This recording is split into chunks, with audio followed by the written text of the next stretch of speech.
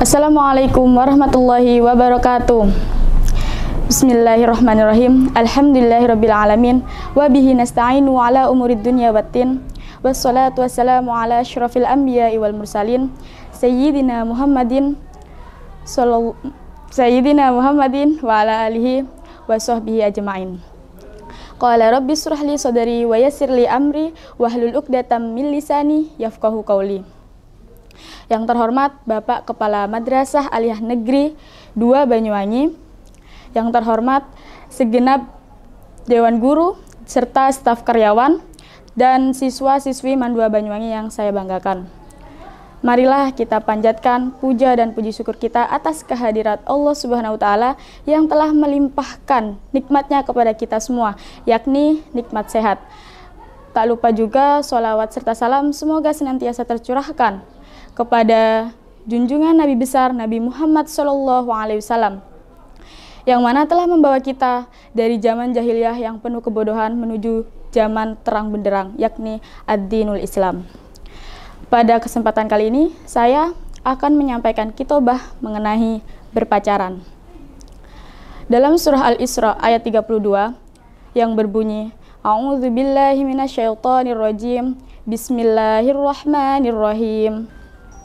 Wala taqrabuz zina innahu kana fahisyah wa sa'a sabila. Artinya, maka janganlah kamu mendekati zina. Zina itu sungguh merupakan perbuatan yang keji dan suatu jalan yang buruk. Nah, dari ayat tersebut dapat kita ambil kesimpulan bahwa mendekati zina saja sudah sangat dilarang, apalagi melakukan zina itu sendiri. Nah, salah satu perbuatan yang tergolong mendekati zina yakni berpacaran.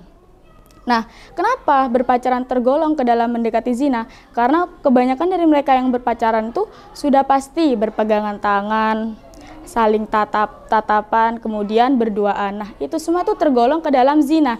Zina mata, zina hati, zina pikiran, dan lain sebagainya. Nah, persetan lah ya mau mereka bilang, aku pacarannya islami kok, aku pacarannya saling mengingatkan sholat kok, aku pacarannya gak ngapa-ngapain. Bullshit itu semua. Nah, kenapa seperti itu? Satu hal yang perlu kita tahu, pacaran itu terjadi ketika rusaknya sholat seorang lelaki dan putusnya rasa malu pada seorang perempuan. Yang mana kita tahu salah satu fungsi sholat yaitu menghindarkan kita dari perbuatan keji dan mungkar. Tapi misalnya ada nih ya, orang udah sholat tepat waktu, ibadahnya gak bolong-bolong, tapi kok ya masih pacaran, berarti itu ada yang gak beres dengan sholatnya. Nauzubillahimindzalik, semoga Allah senantiasa menghindarkan kita dari perbuatan zina. Nah, kemudian ada beberapa faktor yang menyebabkan seorang itu berpacaran. Yang pertama, seorang itu memiliki keluarga yang tidak harmonis. Nah, mereka yang memiliki keluarga yang tidak utuh, entah karena keegoisan orang tua, perceraian, perselingkuhan, itu kerap kali kurang mendapatkan perhatian dari lingkungan sekitarnya. Nah, maka dari itu mereka tuh bertekad mencari perhatian dengan cara yang salah, seperti berpacaran. Nah, kemudian yang kedua itu karena pengaruh HP. Sebagaimana kita anak pubertas, ya, masa peralihan dari anak-anak menuju dewasa, memiliki rasa keingintahuan yang tinggi, kecenderungan mencoba segala sesuatu yang kita anggap menarik, ya, meskipun tidak mempertimbangkan dampak jangka panjangnya, entah itu buruk atau baik. Nah, semakin hari kan teknologi itu semakin canggih, juga kita tuh dapat mengakses segala sesuatunya dengan bebas, dengan mudah. Semua bisa diakses dengan mudah. Nah, ini nih yang berbahaya buat anak zaman sekarang. Mereka itu kerap kali meniru apa yang mereka dengar dan apa yang mereka lihat.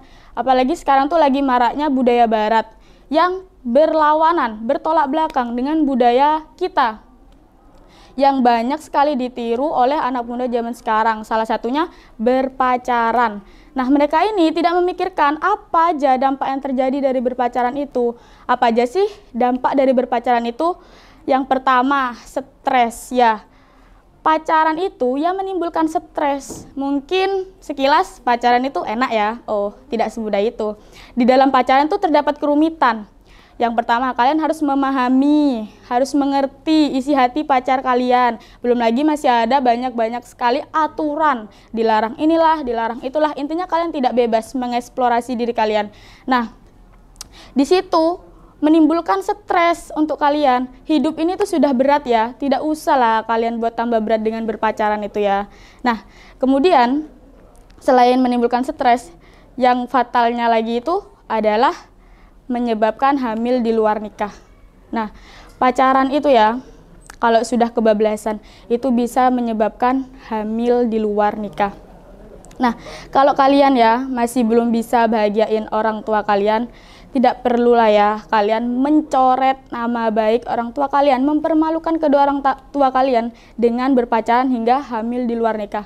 Ini tuh merupakan aib yang besar untuk keluarga. Nah, yang dirugikan siapa kalau sudah seperti ini? Tentunya pihak perempuan, apalagi misal pihak laki-lakinya tidak mau bertanggung jawab. Komplit sudah masalahnya. Nah, kemudian yang terakhir, yang paling fatal di antara keduanya, yakni bunuh diri. Nah, mereka itu ya kebanyakan yang putus cinta ditinggalkan pasangannya itu ya, kebanyakan merasa kehilangan separuh jiwanya. Kemudian depresi lalu bunuh diri. Simpel ini loh, pacaran membuat diri kita rusak. Tapi kita tuh sering abai. Bahkan kita kerap kali tutup telinga mengenai fakta pacaran ini. Nah, bahkan ya, sebenarnya tanpa harus kita berpacaran, kita tuh tetap bisa mendapatkan yang namanya love language dari Allah. Sebagaimana orang yang berpacaran mendapatkan love language dari pacarnya, kita tidak perlu berpacaran juga tetap bisa mendapatkan love language dari Allah. Nah, yang pertama itu physical touch. Nah, Allah itu memang secara nyata tidak bisa kita lihat menggunakan kedua mata kita. Juga tidak bisa kita sentuh keberadaannya.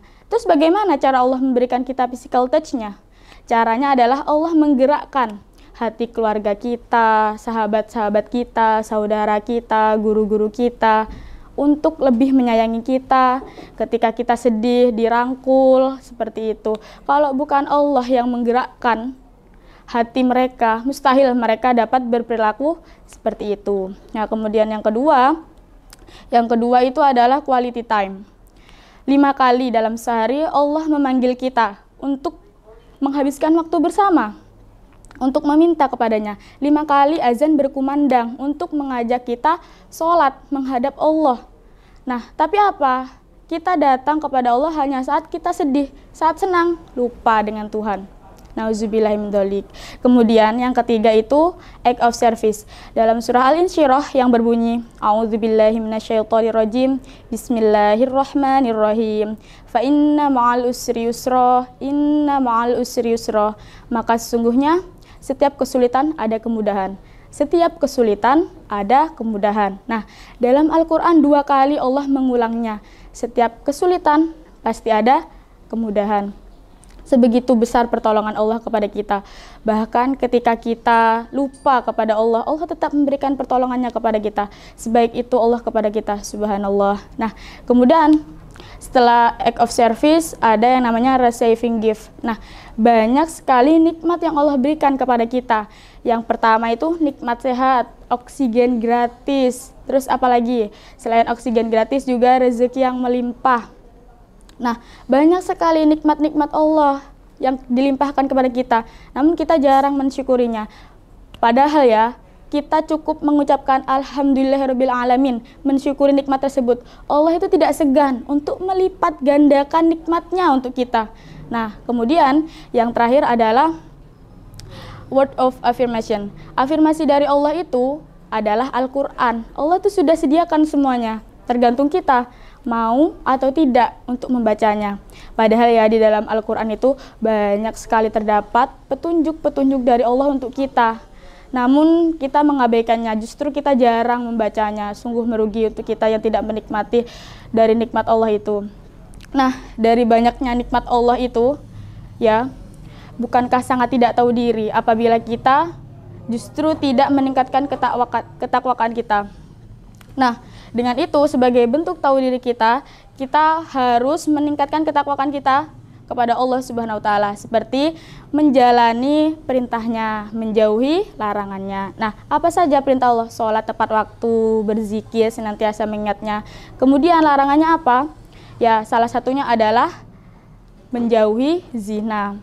Kita dilarang untuk menjauhi zina, berpacaran. Nah, untuk kalian semua yang belum pernah berpacaran, jangan pernah sekali-sekali untuk terjun ke dalamnya, untuk mencobanya. Nah, jangan pernah ya. Nah, untuk kalian yang sudah terlanjur berpacaran, hentikan mulai dari sekarang. Segeralah bertaubat, karena kita tidak tahu kapan kita akan wafat. Mungkin itu saja yang dapat saya sampaikan. Apabila ada salah kata, mohon dimaafkan. Akhirul kalam, wabillahi taufik wal hidayah. Wassalamualaikum warahmatullahi wabarakatuh.